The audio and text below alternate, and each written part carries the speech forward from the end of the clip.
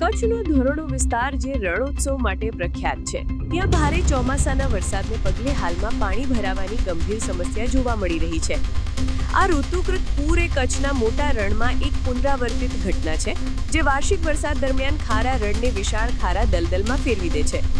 તાજેતરના ભારે વરસાદે કચ્છ જિલ્લાના ઘણા ભાગોને ડૂબાડી દીધા છે, જેનાથી સામાન્ય જનજીવન અને વાહન વ્યવહારને અસર થઈ છે.